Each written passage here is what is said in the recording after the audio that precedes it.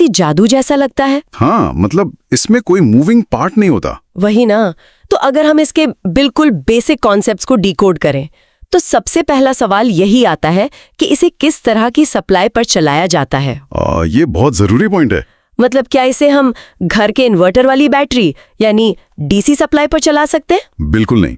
और तुम जानती हो, ये एग्जामिनर का सबसे फेवरेट ट्रैप है। ट्रांसफॉर्मर केवल और केवल एसी यानी ऑल्टरनेटिंग करंट सप्लाई पर काम करता है। अच्छा, डीसी पर बिल्कुल नहीं? बिल्कुल नहीं, डीसी पे ये काम ही नहीं करेगा।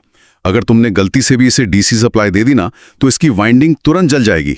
जल जाएगी? बाप रे, ऐसा क्यों? मतलब डीसी करंट में ऐसा क्या प्रॉब्लम है जो ट्रांसफॉर्मर बर्दाश्त नहीं कर पाता? देखो, इसका फंडा बहुत सिंपल है। ट्रांसफॉर्मर काम करता है बदलाव पर। जो एसी करंट होता है वो लगातार अपनी दिशा बदलता रहता है, जिससे एक बदलता हुआ मैग्नेटिक फील्ड बनता है। हाँ, एसी में तो वेव्स होती हैं। बिल्कुल, लेकिन डीसी करंट एकदम सीधा और स्थिर होता है। जब कोई बदलाव ही नहीं होगा तो कोई इंडक्शन नहीं होगा। ओहो, मतलब करंट बस वाइंडिंग में ही फंस जाएगा। एकदम सही पकड़ा।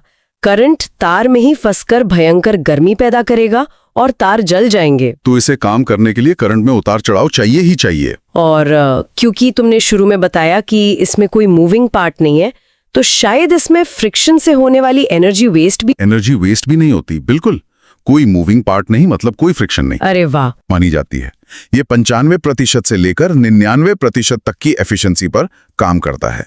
99% एफिशिएंसी, ये तो शानदार है। हाँ, ऊर्जा की हानि ना के बराबर होती है।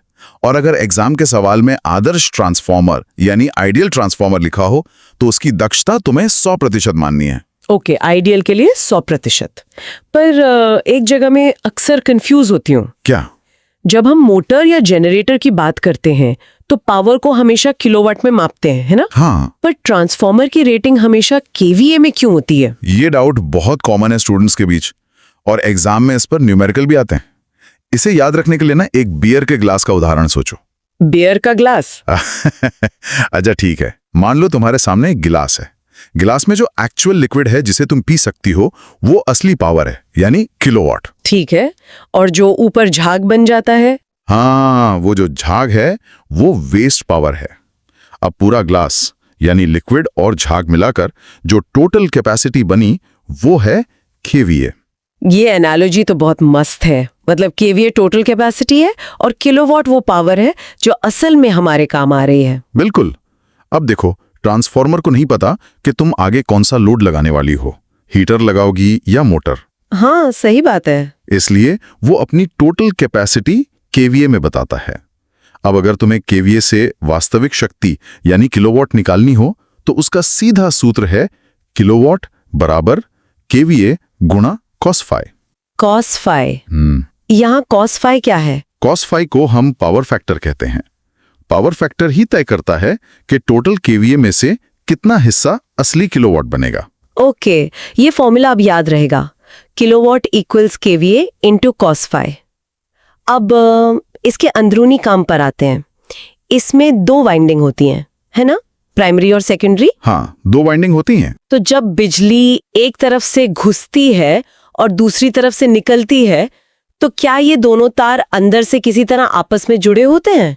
यही इस मशीन का असली मैजिक है, जिसे हम इसका वर्किंग प्रिंसिपल कहते हैं। ट्रांसफॉर्मर प्रेरण यानी इंडक्शन के सिद्धांत पर काम करता है। इंडक्शन? हाँ, इसमें मुख्य रूप से अन्योन्य प्रेरण यानी म्यूचुअल इंडक्शन और स्व प्रेरण यानी सेल्फ इंडक्शन शामिल होते हैं।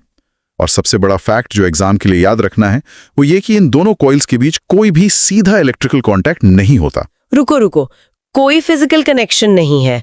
ये तार आपस में टच नहीं करते? बिल्कुल नहीं। ये तो कुछ मेरे वायरलेस फोन चार्जर जैसा लग रहा है। चार्जर के पैड से बिजली बिना किसी तार के मेरे फोन की बैटरी में चली जाती है। अरे वाह, बेहतरीन उदाहरण। बिल्कुल यही हो रहा है ट्रांसफॉर्मर में भी। अच्छा। जो प्राइमरी वाइंडिंग है वो मुख्य सप्लाई से जुड़ी होती है, जहां से बिजली आती है। जब उसमें एसी करंट बहता है तो वो अपने चारों तरफ एक बहुत ही स्ट्रॉन्ग मैग्नेटिक फील्ड बनाता है। इस चुंबकीय ऊर्जा को हम चुंबकीय फ्लक्स कहते हैं। तो मतलब प्राइमरी कॉइल एक इलेक्ट्रोमैग्नेट की तरह काम करने लगती है? एकदम। और फिर ये चुंबकीय फ्लक्स बीच के रास्ते से बहकर दूसरी तरफ रखी सेकेंडरी वाइंडिंग से टकराता है। ओके। जब ये बदलता हुआ फ्लक्स सेकेंडरी तार को काटता है तो उस तार के अंदर भी बिजली पैदा हो जाती है। और वो सेकेंडरी वाइंडिंग आगे तुम्हारे लोड से जुड़ी होती है। यानी ऊर्जा का जो पूरा ट्रांसफर है वो केवल और केवल इस चुंबकीय फ्लक्स के माध्यम से होता है, बिना तार जुड़े बिजली ट्रांसफर हो जाती है। बिल्कुल बिना तार जुड़े। अमेजिंग। अब जरा एग्जाम के पैटर्न पर वापस आते हैं। ट्रांसफॉर्मर को हम अलग अलग तरह से क्लासिफाई करते हैं, तो परीक्षा में इसके प्रकार से कैसे प्रश्न आते हैं? वर्गीकरण से ना सीधे सीधे कैटेगराइजेशन वाले सवाल आते हैं। हम इसे 5 मुख्य आधारों पर बांट सकते हैं। 5? हाँ। कौन कौन से? पहला है उपयोग के आधार पर।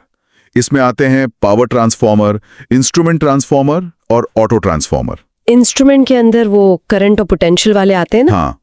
और दूसरा वर्गीकरण है वोल्टेज के आधार पर।